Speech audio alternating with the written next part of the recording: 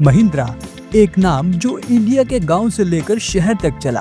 पर क्या आप जानते हैं कि यह ग्रुप पहले महिंद्रा एंड मोहम्मद था और कैसे एक वॉर टाइम स्टील ट्रेडर से शुरू होकर एक जीप लाइसेंस और बाद में एक बोल्ट बैट स्कॉर्पियो ने इस कंपनी को एकदम से बदल दिया, ultimately leading to Anand Mahindra's era. आज हम वही कहानी आपको बताएंगे, लेकिन स्टेप बाय स्टेप।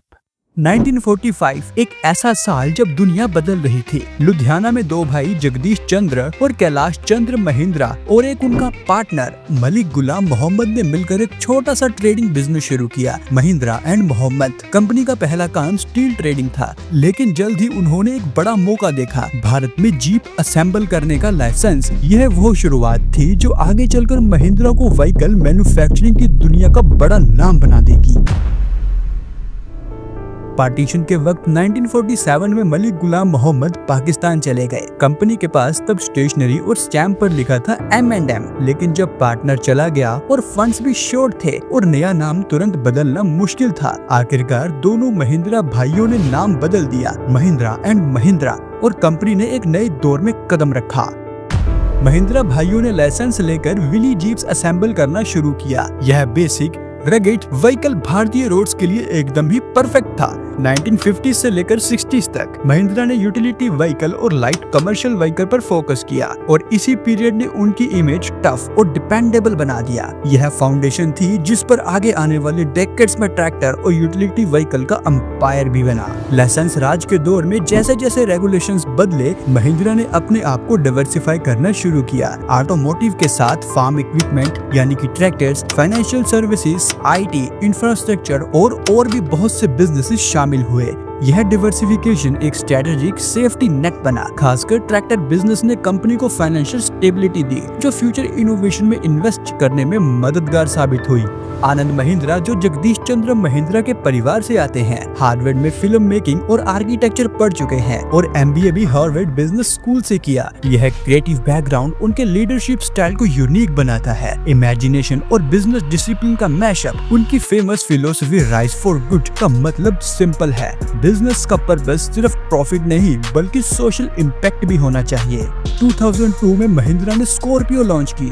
यह एक माइलस्टोन था, भारतीय R&D से बनी tough yet aspirational SUV। Scorpio ने महिंद्रा को रूरल ओनली आइडेंटिटी से निकालकर अर्बन मार्केट में एस्टेब्लिश कर दिया। इस मॉडल ने ब्रांड को एक इमोशनल कनेक्ट दिया, पावर और अथॉरिटी का एक सिंबल भी बन गया। 2011 में XUV 500 लॉन्च हुई, इंडिया का एक पहला मोनोकोक प्रीमियम फील SUV। चीता इंस्पायर्ड डिजाइन और सेगमेंट फर्स्ट फीचर के साथ यह प्रूव कर दिया कि इंडियन इंजीनियरिंग ग्लोबल स्टैंडर्ड दे सकती है। फिर आया XUV 700 जिसमें और एडवांस टेक, सेफ्टी और रिफाइनमेंट थी। इस मूव से महिंद्रा की प्रीमियम पोजीशनिंग को और मजबूती मिली। साथ ही स्कॉर्पियो N ने तो मार्केट में तहलका ही मचा दिया, जहां लेटेस्ट फीचर के साथ इस बड़ी सी दिखने वाली SUV को बिग डैडी ऑफ SUVs का टैग मिला। लेकिन महिंद्रा की पॉपुलैरिटी तब बढ़ी जब थार के रिलॉन्च ने लाइफस्टाइल SUV ट्रेंड को इग्नाइट किया। 2024 में आई थार रोक्स 5 डोर वेरिएंट, जो लाइफस्टाइल और फैमिली प्रैक्टिकलिटी दोनों देता है। रिपोर्ट्स बताती है कि रोक्स ने थार सेल्स का बड़ा हिस्सा कैप्चर किया, पहले घंटे में मैसिव बुकिंग। इसके अलावा 2024 का XUV 3XO कॉम्पैक्ट सेगमेंट में महिंद्रा की स्ट्रेटेजिक पोजीशनिंग को दिखाता है।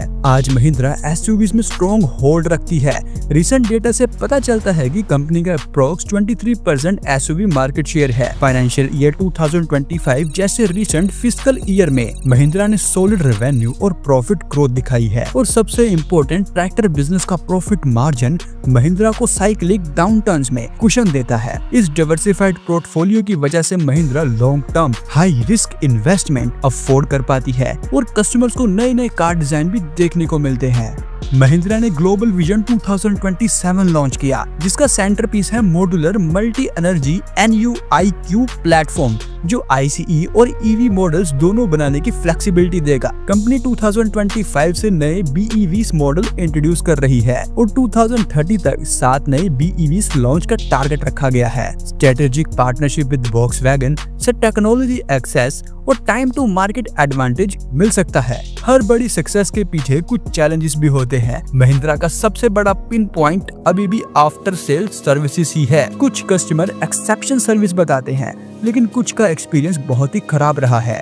Dealer misconduct, parts availability issue और इनकंसिस्टेंट रिपेयर जैसे कंप्लेंट पब्लिकली रिकॉर्ड भी हुए हैं और यह सभी कंप्लेंट्स आपको यूट्यूब पर मिल भी जाएंगे। लेकिन यह सिस्टमेटिक डीलर चैनल प्रॉब्लम अगर सॉल्व नहीं हुआ तो लॉन्ग टर्म ब्रांड ट्रस्ट को नुकसान पहुंच सकता है। And in the end summary यह है कि महिंद्रा का ट्रांसफॉर्मेशन एक ओवरनाइट सक्सेस नहीं था, यह decades long calculated risk taking, product led strategy और पर्पस ड्रिवन लीडरशिप का नतीजा है।